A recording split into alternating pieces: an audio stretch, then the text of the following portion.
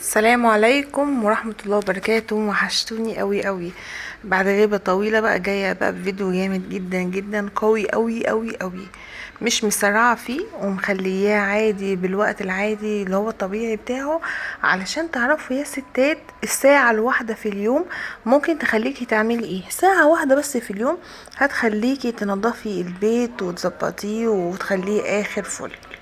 انا النهارده بقى قلت ان انا هنضف الصاله وهنضف اوضه النوم بتاعتي، لان بصراحه موضوع ان انا ادخل هدوم الشتاء واطلع هدوم الصيف موال كبير جدا جدا. مره واحده تلاقي نفسك البيت كله مليان هدوم في كل حته، عايز يتغسل، اللي عايز بقى يتغسل واللي عايز يتطبق طبعا ويتحط بقى في الدولاب، واللي عايز يتغسل ويتطبق قبل كمان ما يتشال، عشان لما يجي الصيف بقى تلاقي كل حاجه ايه سهله قدامك.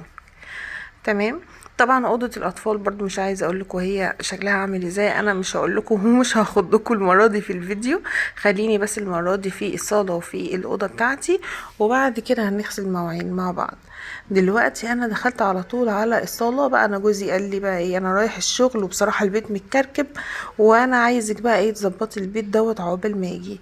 انا النهارده كنت اجازه من الشغل وقلت بقى هقعد ومش هعمل حاجة، بس بصراحة بيني وبينكم انا قلت يعني هقعد والبيت مكركب كده الواحد بجد نفسيته تبقى مش حلوة خالص. قلت يا بنتي يلا قومي، هي ساعة واحدة بس خليها للبيت وباقي بقى الوقت ليكي انتي والاولاد. تمام. طبعا انا الصبح كده دلوقتي والاولاد في المدرسة، رحت قلت اول حاجة بقى هبتدي بيها الصالة. مش عارفة ليه يعني الاوض بتاعتي كلها فاتحة على الصالة، المفروض ان انا يعني ارتب الاوض كلها وبعد كده الصاله في الاخر. لا انا بحب ابتدي في الصاله لان بصراحه هي يعني بالنسبه لي ما بتاخدش وقت، تمام، سهله يعني عليا. دلوقتي شلت فرش الكنبه، طبعا انا كنت غسلاه كل حاجه وهو نظيف، بس انا قلت بقى ايه يعني اشيله، لان طبعا مطرح القعاد بتاعنا انا والاولاد وممكن ياكلوا حاجه ولا كده يبقى فيه في اي فرفته أو اي حاجه او اي عفار، فبهب كده في شويه عفار كده على الحيطه، فقلت بالمره يعني اعملهم قبل ما اشغل المكنسه. شايفين سقف البيت بس عالي عليا، عشان كده بحس ان انا يعني باخد فيه وقت. دلوقتي بقى انا هفرش بقى طبعا المفرش دوت تاني، وبعدين على الكنبة، وبعد كده بقى ابتدي احط بقى كل حاجة مكانها، وارجع طبعا تاني الخداديات بعد ما انضفها. هاي يا حبيبتي اماني، مفيش راحة كده ابدا. بجد عايزه اقول لكم يا جماعه ان انا بنضف والله البيت، والله بنضف، بس بحس ان انا اكني ما عملتش اي حاجه. مش عارفه ليه يعني ما بتهنش على بيت، يعني ممكن اتهنى يوم واحد بعد كده لا، كل شويه احاول ان انا اعمل نظام وامشي عليه. بمشي عليه مثلا يومين ثلاثه وارجع اكسل تاني. ومش اكسل برضو يعني، ممكن اكسل، ممكن ما يكونش ليا نفس، ممكن ما يكونش ليا وقت ان انا اعمل فيه حاجة. ممكن ساعات الاولاد يبقى عندهم مذاكرة كتير او وراهم امتحانات، فبضطر ان انا اقعد، انا بقعد مع المذاكرة دي مع الاولاد والله بالساعات. يلا ربنا يعين كل ام. هما لو على الاولاد مش هيذاكروا ولا في دماغهم خالص. يعني انا قبل يوم الامتحان ده يا جماعه، مش قبل يوم الامتحان، قبل الامتحان بفتره والله انا ببقى متعصبه قوي وقلقانه وخايفه.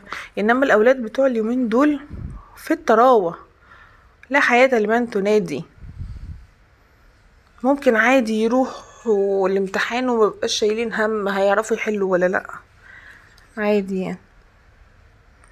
فيعني ربنا يا رب ييسر لهم الامور يا رب ويحسن لهم الاوضاع بتاعتهم يا رب. بجد كل ام وكل اب بيبقى بيتمنى ان يشوف عياله احسن منه بكتير. يعني احنا بنعمل اللي علينا والباقي على ربنا يعني، وطبعا كل واحد اللي ليه نصيب في حاجة بيشوفها. اديني بقى بنفض الخداديات هحطها. عايزه اقول لكم انا لما تكون خداديه واحده بس مش في مكانها بحس ان الركنه مش نظيفه بايظه، ببقى عايزه اشيلها وارتب تاني من اول وجديد. طبعا كلنا كده، كلنا لما بنكون بننضف البيت والبيت نضيف خلاص ولسه يا دوبك مخلصين بنبقى مش عايزين حد، لا يحط رجله على حاجة ولا يقعد على حاجة، يفضلوا على طول قاعدين على الارض، ولا ياكلوا حاجة ولا يدخلوا بالجزم ولا اي حاجة. بس انا الحمد لله انا اولادي يعني ما بيدخلوش مش بيدخلوا يعني بشوزات البيت ابدا. بس برضو في عفار، العفار عندي في البيت رهيب رهيب، مع اني والله مش بفتح كتير يعني، بفتح شوية اهوي واقفل تاني، بس برضو يعني العفار يعني بجد حاجة صعبة جدا. الله يكون في عون الناس اللي صدرهم تعبهم وعندهم حساسية على الصدر. طبعا المراوح احنا لسه ما شلناهاش. عايزه اقول لكم يا جماعه ان الحمل، انا دلوقتي طبعا في اخر السادس، الحمل ده مخلي جسمي على طول حران، يعني انا حاسه ان انا على طول حرانه. بقيت يعني رايحه جايه اشغل المروحه وهم يقفلوها، انا اشغل المروحه وعمرو معدي من جنب المروحه يقوم قافلها او العيال كمان بيقولوا يا ماما حرام عليكي احنا قاعدين. عشان كده انا شتيت للاولاد، خليتهم يلبسوا الشتوي بدري علشان لما اشتغل بروح محدش يقول لي الناس سعانه. وبرضه بيقولوا لي يعني بصراحه بجد انا ببقى يعني ساعات اقول ايه خلاص انا اطفيها من هنا، والله اول ما اطفيها من هنا من قبل حتى ما المروحه تبطل لف، انا بحس على طول ان زي ما يكون في سخط طلع مني، او حسيت ان انا عرقت وكده. وانا اول ما احس ان انا جسمي سخن او عرقان كده بصراحه ببقى مش طايقه نفسي وما بعرفش اقعد كويس ولا اي حاجه، فعشان كده بفضل مشغله المروحه. النهارده الحمد لله يعني الجو كويس، انا اشتغلت وما شغلتش المروحه ولا اي حاجه، فيا مسهل يمكن يوم ولا حاجه ونشيلها بقى خالص كده وننفضها كده ونلمعها ونقوم حاطين بقى عليها اي مفرش ولا اي مشمع كده عشان نحافظ عليها لغايه الصيف الجاي. زي ما انتم شايفين كده انا بعد ما خلصت الركنه بشيل بقى الحاجات الاول، الشوزات اللي جنبي الباب. خلاص النهارده الخميس يا جماعه فاجازه، مفيش بقى حد هينزل يعني ولا حاجه، انا بسيب مثلا شوز او اتنين للي مثلا هينزل ولا حاجه، تمام. والشوزات بقى اللي عايزه تتغسل بلحق اغسلها يعني، سواء خاصه بالاولاد او بجوزي او بيا، لان طبعا احنا كلنا انا وجوزي بننزل الشغل يوميا، وكمان للاولاد للمدرسه. ففي شوزات وخصوصا كمان الشوزات البيضه دي بتبقى هي خروجه او اتنين بالكتير قوي، بتبقى عايزه تتغسل، فاقوم لماهم كده، اللي عايز يدخل الجزامة يدخل واللي عايز يدخل عند الغسالة يدخل. طبعا انتوا عارفين ان الترابيزة اللي بيتفرج عليها قبل كده عارفين ان الترابيزة دي بتاعت عمرو، بيشتغل عليها وبيصور عليها، وممكن يبقى فيه ادوية بتاعته مثلا خاصة بالصدر، لان طبعا انتوا عارفين يعني ان هو تعبان، ربنا يا رب يشفيه ويخف عنه يا رب، هو واللي زيه كلهم يا رب. وفي عيش طبعا مطرح ما كنت بعمل السندوتشات للاولاد الصبح، والكيسه السودا دي انا حطيت فيها كذا منديل كده وكذا ورقه ملهمش لازمه، انا قلت بقى ايه مش هدخلها جوه عشان لو لقيت حاجه قصادي تانية عايزه تترمي هحطها في الكيسه دي.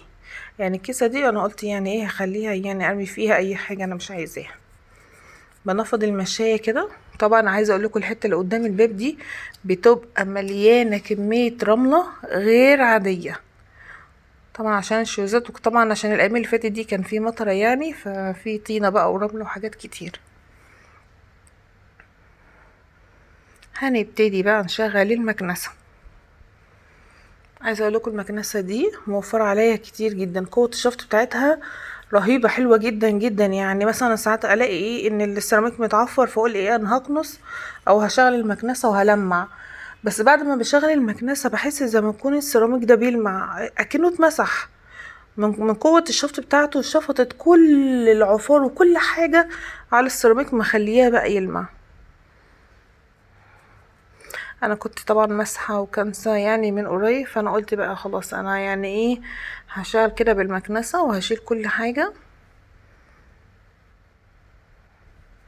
مش محتاجة يعني ان انا امسح. في جزء كده قدام الباب برضو بعمله.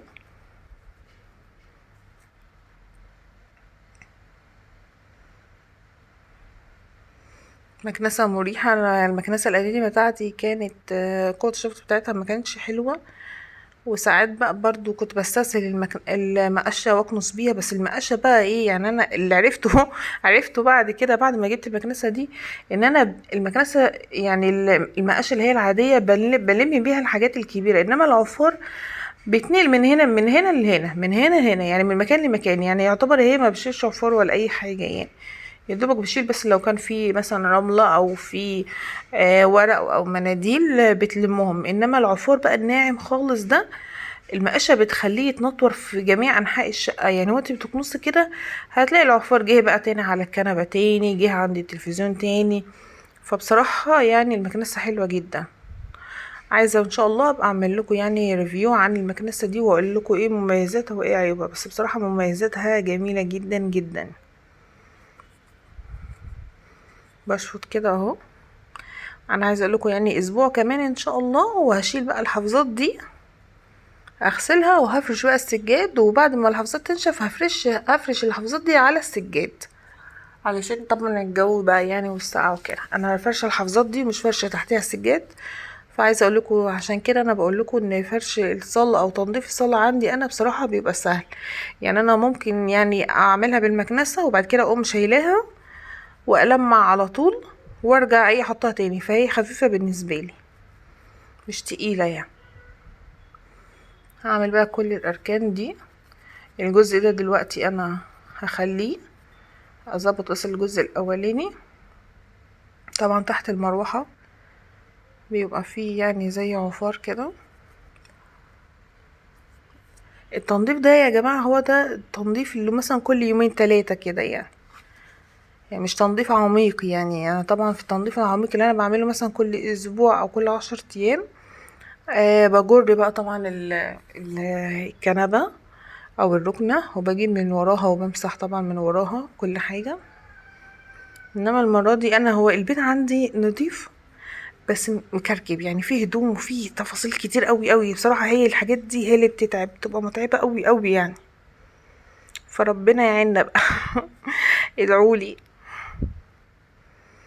نبتدي بقى نحط الكاميرا كده، نعدلها بس كده على الترابيزه اللي على الشاشه اللي هي اللي عليها الشاشه دي، عشان تكونوا معايا وانا بنضف وتبقوا عارفين وتتشجعوا كمان.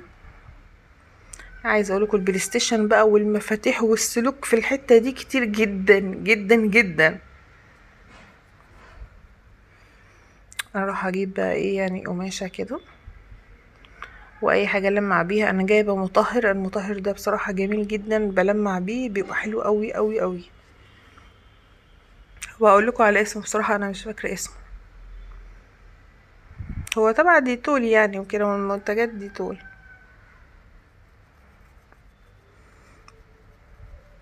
عايزه اقول لكم ان انا بلمع الشاشه دي بالراحه جدا جدا جدا، بخاف بصراحه اقرب من ناحيتها سوري يعني.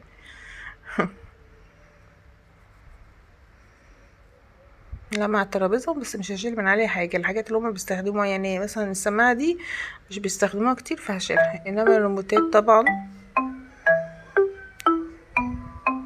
ودراعات البلاي ستيشن زي ما هم. سلوك بقى ومفاتيح.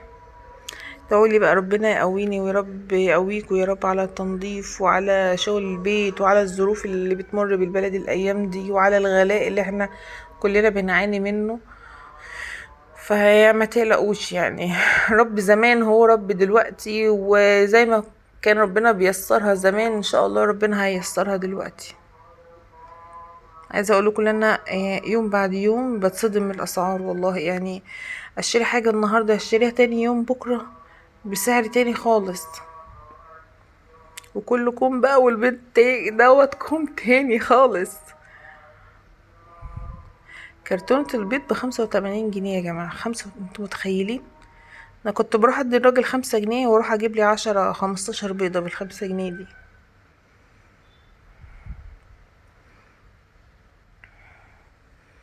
لما عايزه اقول لكم بصوا بقى، بصوا العفار. شايفين العفار عامل ازاي ورا التلفزيون؟ والله يا جماعه بنضفه، والله بنضفه ومش هتصدقوني. العفار اللي ورا ده تقول مثلا ان انا ما جيتش في الحته دي ولا نضفتها مثلا سنه بحالها. في جهاز البلاي ستيشن ورا التلفزيون هم حاطينه وانا بلمعه، وبلمع برضو الظهر بتاع التلفزيون والترابيزه. ترابيزة الركنة بقى هي اللي تحت دي. ساعات احنا بنوسع عشان نبقى عايزين ناكل مثلا في الصالة ولا حاجة قدام الشاشة، فبنحط الأكل، فبنوسع وبنحط الترابيزة هنا تحت. أنا دلوقتي هطلعها دلوقتي علشان هشيل اللي عليها واشيل المفرش والمعها. بقول لكم بصوا السلك، كل حاجة برجعها مكانها تاني، علشان عمري طبعا ما بيحبش اي حد يلعب في اي حاجة تخصه. فبنتقي يعني ايه زعلوا. لقيت فيه عفار كتير، قلت بقى اعملها يعني اشيل على قد ما اقدر من المكنسة طبعا، لان انتوا عارفين ان انا عملت الارض بالمكنسة، فمش عايزة حاجة تقع على الارض. ونهدي طبعا كل اللي احنا بنعمله. شايفين الفرق يا جماعة وانا بلمع؟ شايفين العفار قد ايه؟ ايه يا جماعة، انا لسه من كام يوم والله كنسة ومسحة، يعني كنست ومسحت. يعني من كام يوم كنت عاملة تنظيف عميق، يعني مش اي حاجة، مش زي اللي انتوا شايفينه ده. بقول لكم ان انا ساعات، بس انا ما كملتش ساعات، اعمل ايه زي تنظيم للوقت، او اعمل لي جدول اقول النهارده هنضف الاوضه والصاله، بكره هنضف اوضه الاطفال، ومش عارفه ايه كده. الحاجات دي بمشي عليها كام يوم، وبصراحه البيت بيبقى نظيف، وبعد كده بلاقي نفسي ايه، كسلت. قلت معلش النهارده مش مشكله، معلش بكره، مش عارفه ايه، معلش الكاميرا هنا بقى وقعت. اجي بقى انضف المكان اللي مليان تفاصيل صغيره وحاجات كتير قوي وسلوك وحاجات كتير قوي تبع شغل عمر. الكاميرا مش متظبط، انا عايزه اجيب لكم بقى ايه يعني زاويه كويسه كده عشان تبقوا معايا ومشاركيني في كل حاجه انا بعملها. ورق بقى وطواقي وكراسي عايزه تتلمع، وايه موال موال. عايزاكم بس تقوموا تتشجعوا كده وتروقوا كده بيتكم كده الله بقى. احلى حاجه، احلى حاجه لما تخلصي تنظيف البيت وتقومي بقى رشه بقى المعطر، اخر خطوه دي، ترشي المعطر بقى وتقومي داخل اخد دش بقى وتقعدي بقى وتطلعي كده في روايح جميله وفي حاجات حلوه وفي ترتيب وتنظيم قدام عينيكي، تبقي مبسوطه يعني. نمسح العفار اللي بصوا عايز اقول لكم مجنني ومخليني بجد متضايقه خالص، عايزه اشوف لي حل للموضوع ده. اديني بقى برص الطواقي دي. بصراحه انا ما بقتش عارفه احطها يعني جوه ولا اخليها هنا، لان عمرو دايما بيستخدمها. انا هحطها جوه هتلاقيها طلعت تاني على طول بعدها بنص ساعه يعني، فخلاص تمام خليهم بقى هنا. بص يا عمرو، انا اهو بقولك في كل فيديو انا برتب بس ما بشيلش حاجه. الحاجات بس اللي عايزه تدخل على التسريح تدخل اوضه النوم، اللي ملهاش لازمه هنا انا بدخلها الاوضه. عايزه اقول لكم المتعب بجد هي الكركبه يعني كل حاجه ما بتبقاش في مكانها، ما فيش حاجه بترجع مكانها تاني.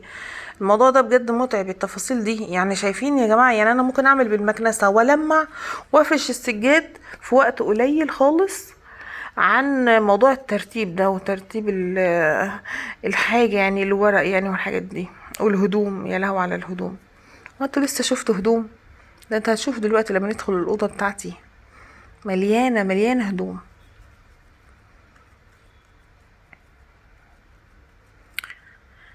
مش عارفه اعمل ايه والله.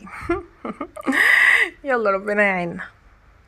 عايزه اقول لكم بس على حاجه، وانتوا بتشتغلوا في البيت كده، لو انت حاسه ان انت تعبانه او ان انت زهقانه او ملكيش نفس وحاسه ان انت هتطولي، بجد والله طول ما انت بتشتغلي استغفري ربنا، استغفري ربنا كده واذكريه، والله هتلاقي كل حاجه بتتيسر قدامك، وكل حاجه بتخلص في ساعتها وفي وقت بسيط خالص، ويعني ومش هتاخدي حاجه ومش هتحسي ان انت تعبانه خالص خالص خالص. وبجد الاستغفار وانك تستغفري ربنا طبعا ده بنية انك يعني اي امور مسدودة قدامك او واقفة قدامك ان ربنا يا رب يعني يحلها ويسهلها من عنده، والله العظيم بتسهل. وبجد معلش بقى جالي تليفون عشان كده انا ايه يعني فصلت ومش فاكرة انا وقفت عند ايه، بس افتكرت ان هو الاستغفار بجد احلى حاجة في الدنيا، انك تستغفري ربنا ومش باللسان بس بالقلب كده. يعني مثلا شوفي انت عملتي ايه حاجة غلط او قصرتي في ايه، خليها في دماغك واستغفري ربنا عليها. يعني مثلا انا اتاخرت في الصلاه النهارده، او النهارده ما صليتش، فاقول ايه، او امبارح مثلا ما صليتش الظهر مثلا، فاقوم قايله استغفر الله العظيم يا رب، استغفر الله العظيم، وانا بفكر في ايه، يعني يا رب انا بستغفرك على عدم صلاتي امبارح، او اعذرني يا رب ان انا ما صليتش امبارح او اتاخرت عن صلاه امبارح. عايزه اقول لكم يعني ان ربنا يا رب يثبتنا ويثبتنا على الصلاح دايما يا رب، ويقربنا منه يا رب، ويرضينا يا رب، ويرضيكم كلكم، وفي اولادكم وفي صحتكم يعني، وفي كل عزيز عليكم. وربنا يا رب يشفي كل مريض بيتألم. عايزه اقول لكم يا جماعه ان انت لما او انت تكوني قاعده كده مش حاسه بوجع، وقاعده في بيتك وسط عيالك وزوجك، والحمد لله لاقيين تاكلوا، سواء ايه الاكل حتى والله لو عيش وجبنه، وبتعرفي بس تنامي بالليل. النوم بالليل ده بجد اكبر نعمه. انت تنامي وانت مستريحه، تقولي يا رب الف حمد والف شكر ليك يا رب، خلاص مش عايزه حاجه تاني من الدنيا خلاص. لان المريض اللي بيتألم الليل ده بيبقى عنده طويل طويل طويل طويل قوي. اكيد كلكم كنتوا في يوم من الايام تعبانين، او مثلا جالكوا صداع، او مثلا ضرس تعبكوا، او بدنكم، او رجليكوا، او اي حاجه، اي ظرف خلاكوا يوم او اتنين تسهروا من التعب ومش عارفين تناموا. بجد ان الواحد يبقى يعني بالليل كده والناس كلها تبقى نايمه وهو لوحده صاحي. انا كان بيتعدي الفترات دي عليا، بس لما اكون مثلا تعبانه ليا ضرس تعبني، او اكون عامله عمليه، لان عملت عمليه في نوع عمليه كده عملتها مرتين، كنت برضو بصحى بالليل كده اتألم، وكنت بحاول على قد ما اقدر امسك نفسي وما اقولش لحد عشان ما يسهرش معايا ولا يقعد معايا. وساعات في اوقات في حملي في ادهم في الاولاني ده كان عظم جسمي كله كان بيوجعني. انا فاكره الايام دي كويس قوي قوي، لا يمكن هنساها، لان هي فعلا بتبقى ايام صعبه. هي صعبه بالنسبه لي، يمكن اللي انا بقوله ده حاجات خفيفه عن ناس كتير بتشوفه، يمكن الألم بتاعي وقتها قليل بالنسبة لناس كتير تشوفه، بس بالنسبة لي أنا كنت ما بعرفش انام من وجع جسمي وعظمي وقت الحمل. كنت اقعد في البلكونه كده وابص كده واقول يا ربي يا ربي، يعني الناس كلها نايمه، والناس كلها دلوقتي يعني كويسين ونايمين، الا انا مش عارفه انام ولا عارفه اقعد وتعبانه. وايه ده كان بس عشان رجليا وجعاني بس شويه، يعني عظم جسمي بس وجعني شويه من الحمل، وده شيء يعني طبيعي. فما بالك بقى اللي عنده مرض صعب. ربنا يا رب يعني يشفيه، ويبعد عنكم كل مرض، ويبعد عن اولادنا وعن كل عزيز علينا المرض يا رب، بحق حبيبك النبي. انك تصحي كل يوم وانت كويسة وبتاكلي وقادرة حتى تخدمي نفسك، حتى لو تعبانة بس قادرة تقومي تدخلي الحمام لوحدك، شايفة وايديكي وسامعة وعارفة تتكلمي، وعارفة تعبري عن اللي جواكي، وعارفة تتحركي، وعارفة تستخدمي ايديكي، وعارفة تمشي على رجليكي. مش بس كده، يعني ده حاجات كتير قوي قوي قوي قوي قوي، يعني نعم ربنا انعمها علينا احنا بجد مش حاسين بيها، بجد والله. عشان كده بقولك وانتي قاعدة فاضية وانتي تشتغلي، استغفري ربنا وتوبي ليه، وقولي اذكار سهلة على لسانك، قولي وسبحي، قولي سبحان الله وبحمده سبحان الله العظيم. ممكن وانتي بتنضفي كده تشغلي قرآن. عايزه اقول لكم بجد بيبقى جميل جدا. عايزه اقول لكم ان اللحظه دي دلوقتي انا بقول لكم فيها احلى لحظه في حياتي بقى، هو وانا بقفل كده وبرش المعطر. انا طبعا لمعت خلاص وحطيت ترابيزه الانتريه مكانها، والمصليات ظبطتها، وادي الركنه كمان عملتها، كل حاجه تمام تمام. والسيراميك عايزه اقول لكم بيلمع يا جماعه، ما كانش محتاج ان هو يتمسح خالص. هنوالي الباب كده لان جانا كانت قربت تيجي، وانا كنت داخله انضف بقى في الاوضه. بس انا مبسوطه ازاي اه على اللي هتشوفوه دلوقتي. داخله على اوضه النوم، يا لهوي يما على المنظر. خليها مطفيه، خليها مطفيه كده بس عشان ما تتخضوش يعني. انا بدخل بقى طبعا، انا حاطه الكاميرا كده قدام عشان احاول اجيب لكم الاوضه كلها عامله ازاي. شايفين يا جماعه؟ هدوم على الدولاب، وهدوم على الشماعه، وهدوم على المكتب اللي جنب الشماعه، وهدوم على الارض، وهدوم على السرير، وحاجه فل الفل. اه والله، ولهوي، ولا اقول لكم على التسريحه كمان. هتشوفوا دلوقتي، هتشوفوا، بس اصبروا، بس بظبط لكم الكاميرا، اصبروا.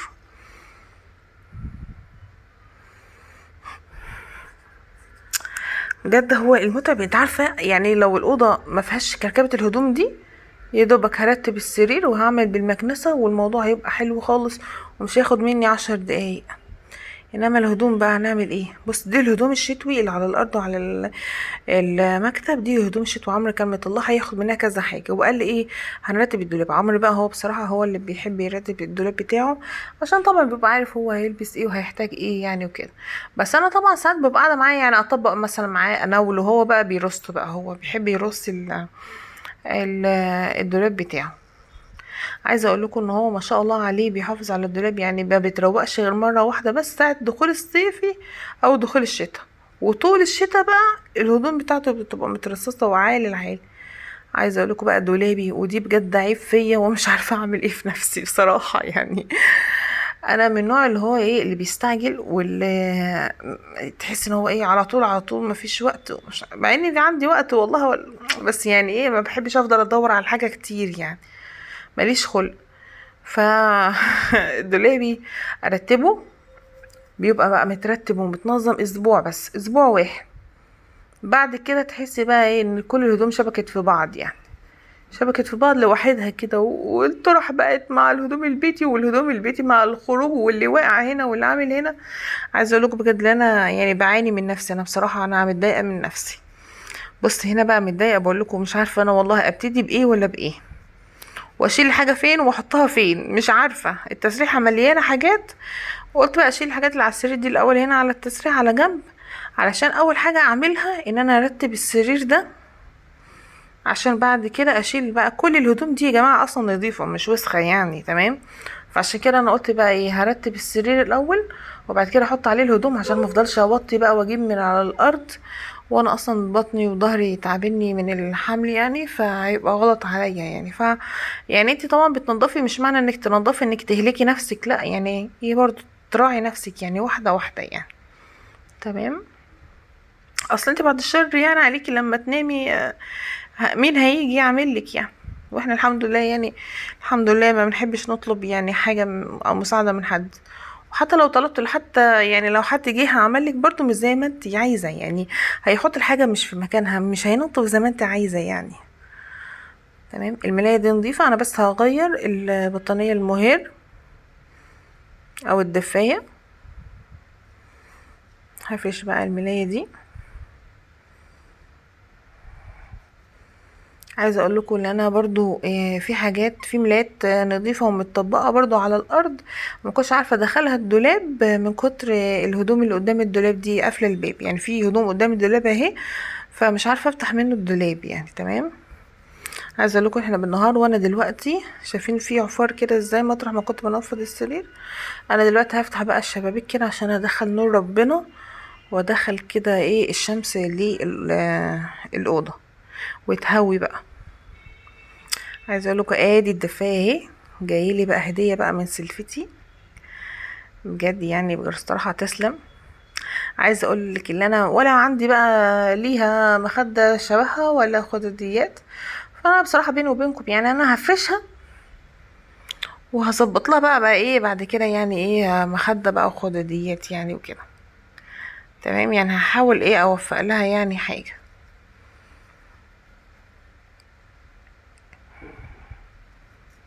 عايزه اقول لكم ان انا ناقصني حاجات كتير خالص، في انا متجوزه اهو بقالي يعني آه انا داخله مثلا في ال 14 سنه. انا ما اشتريتش ولا فوطه واحده ولا ملايه واحده من ساعه ما اتجوزت.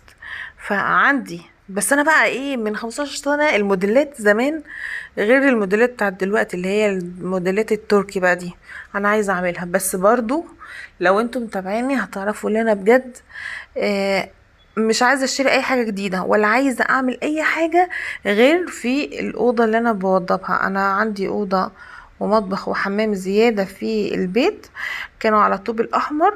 فانا بقى ايه بوسع على نفسي، والاوضه التانية كانت كبيره اكبر من دي، فانا وضبتها وعملتها السيراميك، ولسه بس فاضل، وعملت طبعا الكهرباء وكل حاجه، فاضل بس البياض اللي انا هبيضها، وبعد كده هنقل اوضتي فيها. ساعتها بقى هنقل الاوضه فيها، يعني هكون انا عملت بقى طبعا البياض لون من الالوان اللي نازله موضه الايام دي. ساعتها بقى هنزل اجيب بقى ملايات جديده، مفارش جديده، ستاير جديده. عايزه اقول لكم ان الستاره اللي محطوطه في الاوضه دي اصلا مش ستاره الاوضه دي اصلا يعني، حتى انتوا هتحسوها ان هي مش عريضه يعني، مش كبيره يعني، هي بتتفرد، هي يمكن دلوقتي مكشكشه، هي بتتفرد بس برضو مش هي دي الستاره بتاعه الاوضه.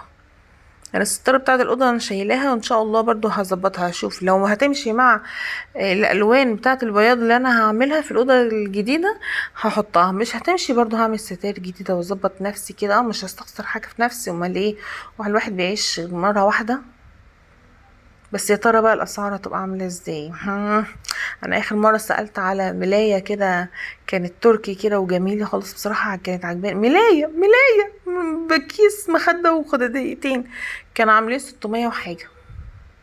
فمش عارفه بس 600 حاجه دي اصلا كان على ايامي، كنت بقى يعني البطانيه على ايام جوازي كانت عامله مثلا في حدود 400 500 جنيه يعني. فطبعا بعد الغلاء دلوقتي اكيد الملايه ام 600 جنيه دي بقت ب800 يعني. بس انا ان شاء الله هروح اعمل ايه، انا ان شاء الله انا عايزه برضو اخد رايكم تقولوا لي صح ولا لا. انا هروح اجيب قماش العامريه، اللي هو بيبقى قماش الملايه بالكوفرته بتاعته، تمام، عشان بقى ايه نظبط التظابيط بقى ونخلينا ماشيين بقى على حسب الموضه يعني بتاعت الايام دي. طبعا الخداديات دي القماش بتاعها هو قماش الملايه اللي انا فرشاها تحت البطانية او الدفاية، تمام ماشي يا جماعة، عشان بس ما تقولش ان ايه ايه الالوانات اللي مش ماشية مع بعضيها دي يعني. وطبعا انا مش هروح اجيب بقى بطانية لونها ازرق عشان تمشي مع مع الدفاية يعني. انا هنحاول نظبط الحاجات دي بقى في الاوضة جوه باذن الله. ونفس الموضوع برضو في المطبخ بتاعي، حاسة ان انا مش عايزة لا انضف فيه ولا اتعب نفسي فيه، غير لما ادخل بقى في المطبخ الجديد بتاعي دوت كده واظبطه على رواقه. اديني بقى فتحت الشباك اهو، دي الملايات بقول لكم دي نضيفه، انا قلت انفضها يعني، هدخلها بقى، لان زي ما انتم شايفين كده الضرفه اللي فيها الشماعه دي هي الضرفه اللي انا بحط فيها الملايات. فالهدوم بقى قدامها، فانا ما كنتش عارفه افتح بصراحه الدولاب. هبتدي بقى اشيل كل الهدوم دي، طبعا شتوي ومتطبقه ولسه طالعه من الكيسه ونضيفه وكل حاجه، بس انا هحطها هنا كده، والحاجات اللي هتشال في الدولاب هشيلها، والباقي هنحطها في كيسة تاني زي ما هي، علشان عمرو بقى يبتدي هو يجي ان شاء الله يعني يطلع، وكل طبعا الهدوم اللي في الكيسة كلها متطبقة، يعني يا دوبك هو هيطلع ويرص على طول، مش هيحتاج. وادي الهدوم اللي على الكنبة، في هدوم بقى نضيفة وفي هدوم اتلبست. عايزه اقول لكم اللي على الشماعة ده كلها هدوم عمرو، هو يعني برضو هنشوف ايه اللي نضيف فيه وهنسيبه، ايه بقى اللي عايز يدخل الغسالة وهندخل.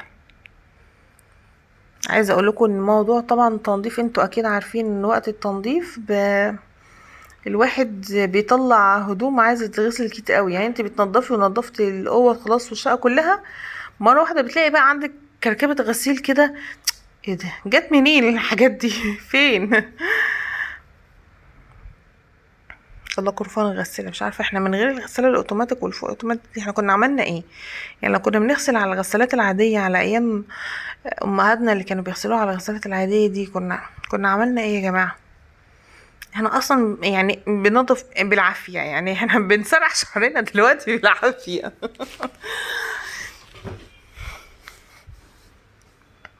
اوعى اكون صدعتكم يعني ولا حاجة، انا بس مش عايزة اجري عشان اعرفكم تكونوا معايا اول باول مثلا التنظيف، هي يا دوبك ساعة يعني عملت فيها ايه، والله بجد انجز. انا لولا الهدوم دي كان زماني خلصت في نص ساعة.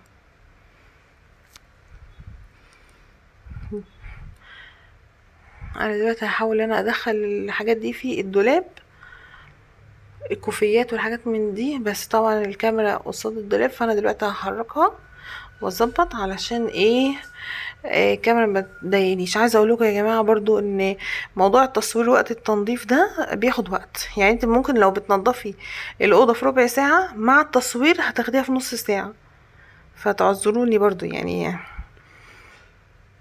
هننضف بقى الاوضه وهتشوفوها بقى دلوقتي بقى في الاخر، هتلاقيها جميله كده وبقت حلوه ولذيذه كده.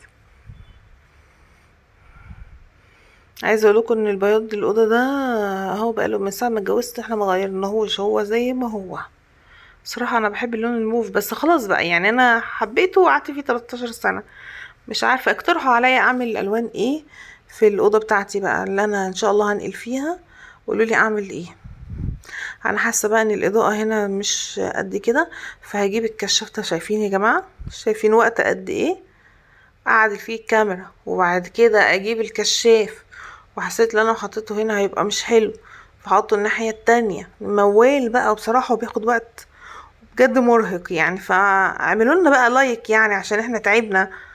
شايفين الاضاءه؟ اعملوا بقى عشان الحركه دي بقى، اعملوا لي لايك. يلا يلا اعملوا لي لايك على الفيديو، واللي ما اشتركش في القناه يا ريت يعني يشترك يعني وينورني كده ويشوف فيديوهاتنا. عاملين شويه فيديوهات كوميديه غير عاديه والله العظيم، فيديوهات جامده. وايه دي الفوط؟ طبعا الفوط دي من الحاجات اللي مش هتشال يعني، هتحط على طول في الدولاب يعني.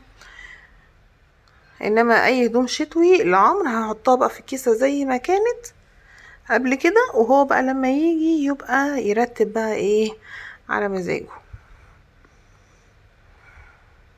ده تيشيرت وبنطلون هو كان لابسهم، هعلقهم دلوقتي على الشماعة.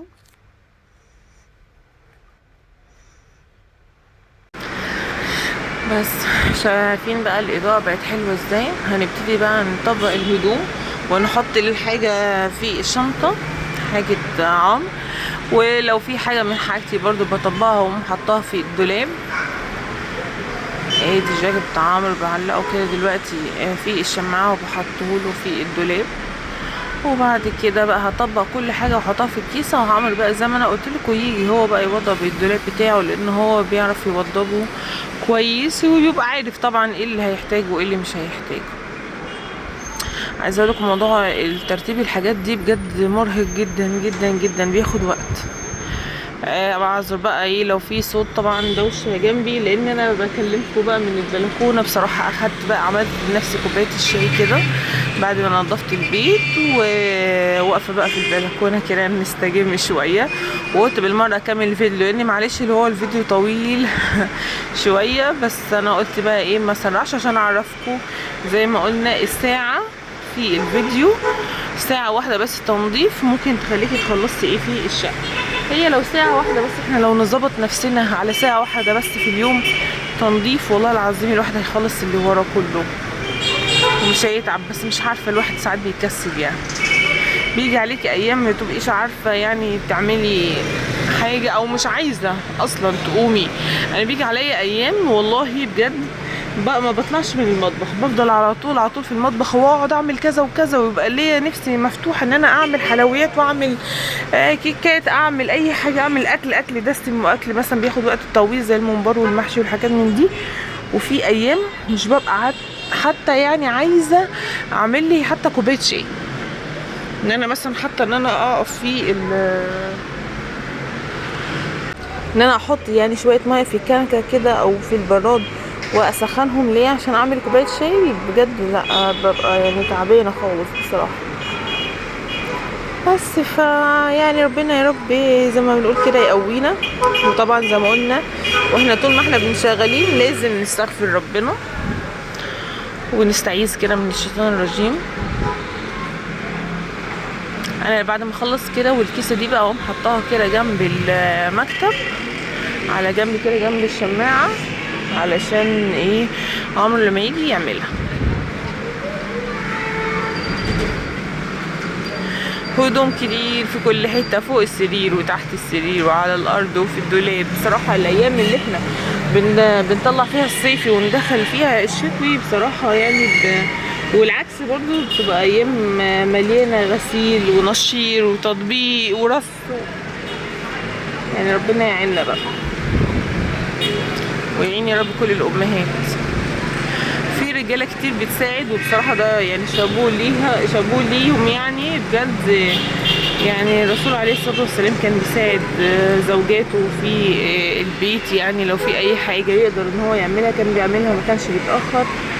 فيا ريت بصراحه كل الرجاله تراعي الموضوع ده، وخصوصا لما تكون الست البيت، يعني الست عامله، يعني بتروح الشغل تصحى الصبح تفطر الاولاد وتلبسهم ويخليهم يروحوا على المدارس، وبعد كده تقوم هي لابسه وممكن تخلص اي حاجه في البيت وراها، تقوم نازله بعد كده للشغل، وبعد كده ترجع يعني مطلوب منها ان هي تعمل بقى الغدا وتجهز لقمه سريعه للاولاد عقبال ما الغدا يجهز، وبعد كده تظبطهم لو هم هينزلوا الدروس، وبعد الغدا تغسل مواعين، وبعد المواعين تنظف في الشقه والمطبخ، وبعد كده تقوم مذاكره لهم وتقعد معاهم تذاكر لهم، وبعد كده تعمل لهم العشاء ويناموا ويغلبوها قبل ما يناموا. يعني بصراحه يعني بتتعب. انما الرجاله يعني ممكن تروح الشغل، لو هو بيشتغل فتره صباحيه بس كده بيروح الشغل ويرجع ينام يريح يقعد ياكل، ممكن ينزل اخر اليوم مع اصحابه. ولو راجل بيشتغل الصبح وليل هو بيروح برضو الصبح ويجي العصر يريح وينزل تاني. يعني ربنا يعين الناس كلها والله، وخصوصا في الظروف اللي احنا فيها دي.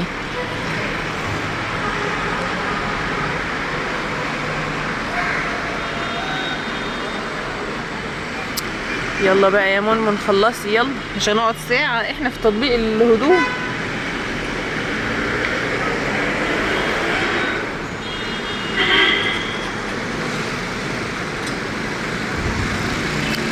انا والله ساعات بتجيلي رسائل كده على الفيس او في كومنتات في الفيديوهات، ستات كتير بتشتكي يعني من حاجات، و يعني مثلا مواقف يومية بتحصل بيقول اتكلمي عنها، ان ساعات الزوج ما بيقدرش ده وبيطلب منها فوق طاقتها وهي بتستحمل وفي الاخر ما بيعجبش.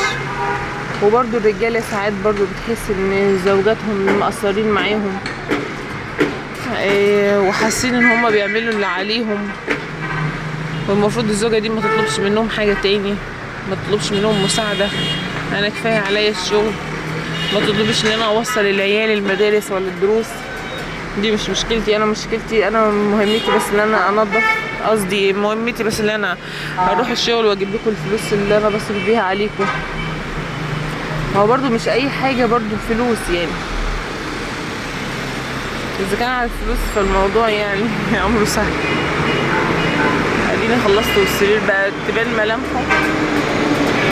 بعد كده معاكم هرتب بقى ايه التسريحه. عايزه اقول لكم التسريحه بصي فيها بلاوي سودا، وفي ورق على الارض واكياس وشماعات مش موجوده في الدولاب انا مش عارفه انا السكتش بتاع الرسم ده جه الاوضه ده ازاي، يعني مش عارفه بصراحه. ايام المدارس الورق والكتب بتبقى في كل حته والله، كذا مره ارتبها على التسريحه بتاعت الاولاد او مكتب الاولاد، فبرضو بقعد اقول لهم يا جماعه اللي يشيل حاجه يحطها، اللي يشيل حاجه يعني يحطها مكانها وكده. بس برضو ما بيسمعوش الكلام زي ما انتوا عارفين.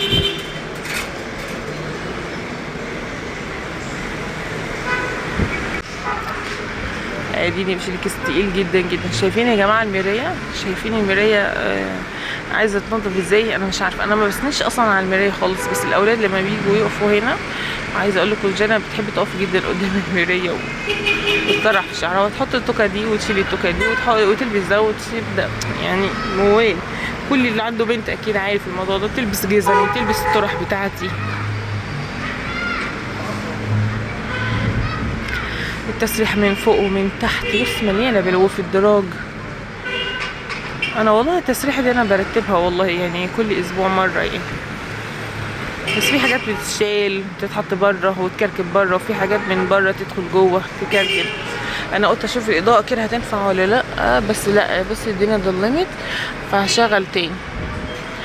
شفت عشان تعرفوا برضو ان موضوع التصوير والكاميرا ده بياخد وقت مننا وبجد متعب ومرهق جدا. يعني بعد مثلا لو الاوضه هتاخد منك مثلا 10 دقايق تنظيف مع التصوير ده، بتاخد لها مثلا نص ساعة. عايزه اقول لكم ان علبه المكياج دي كانت سليمه والله. علبه الايشادو دي بس انا ما بقتش عارفه هعمل ايه، اروح فين. فانا دلوقتي رايحه بقى في عندي كيس فيه يعني بحط فيه يعني الورق والزباله يعني، فهروح انفضها لان جانا بتقعد تلعب بيها وكسرتها ومفتفته كمان الايشادو من جوه. و100 مره اقول لها ما تلعبش فيهم بس بتلعب برضه.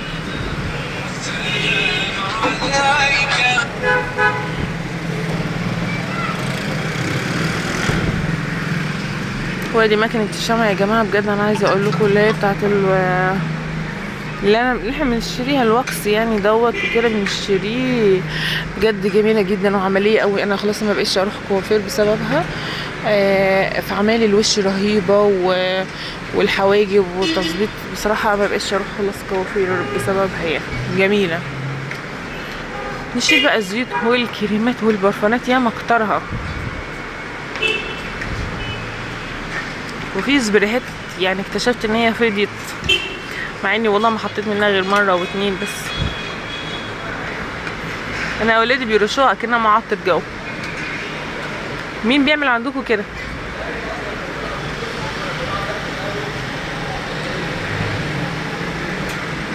انا باين عليا صدعتكم بس معلش يعني استحملوني.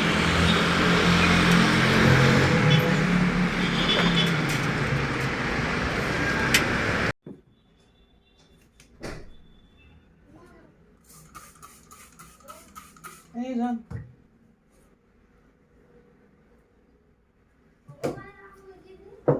انا اللي قلت له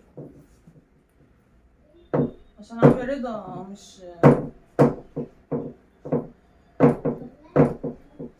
تعبان.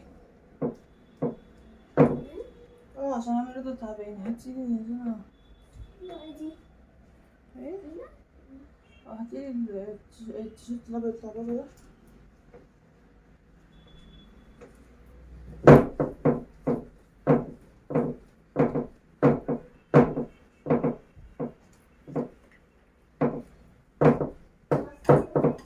نعم؟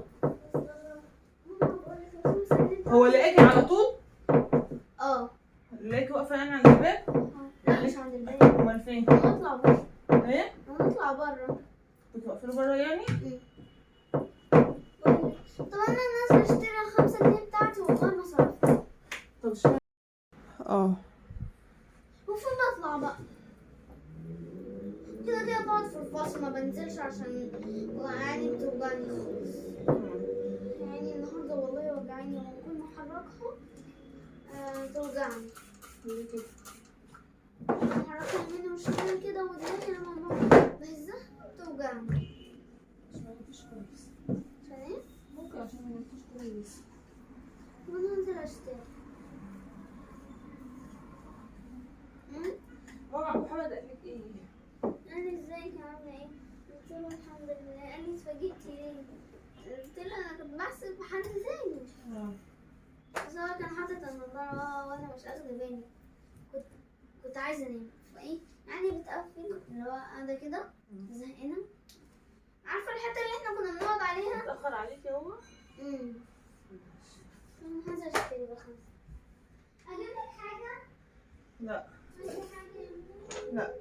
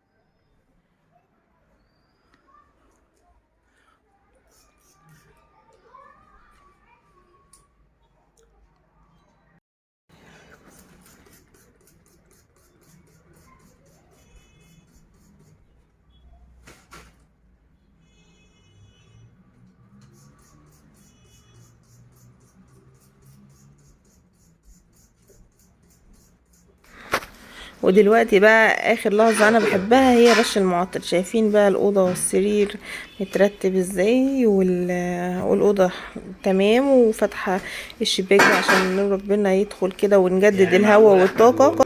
وبعدين اهو اديني بقى برش المعطر كده اخر حاجة، وانا خلصت هطلع بقى كده واقفل واسيب الاوضة. نيجي بقى على الصالة، طبعا احنا مرتبينها، هنقفل بقى الستارة ونرش بقى برضو معطر تاني وتالت. شكله بصراحة بيبقى جميل. متنسوش بقى تعملوا لايك وشير، واللي ما اشتركش في القناة ياريت يشترك وينورني. والسلام عليكم ورحمة الله وبركاته.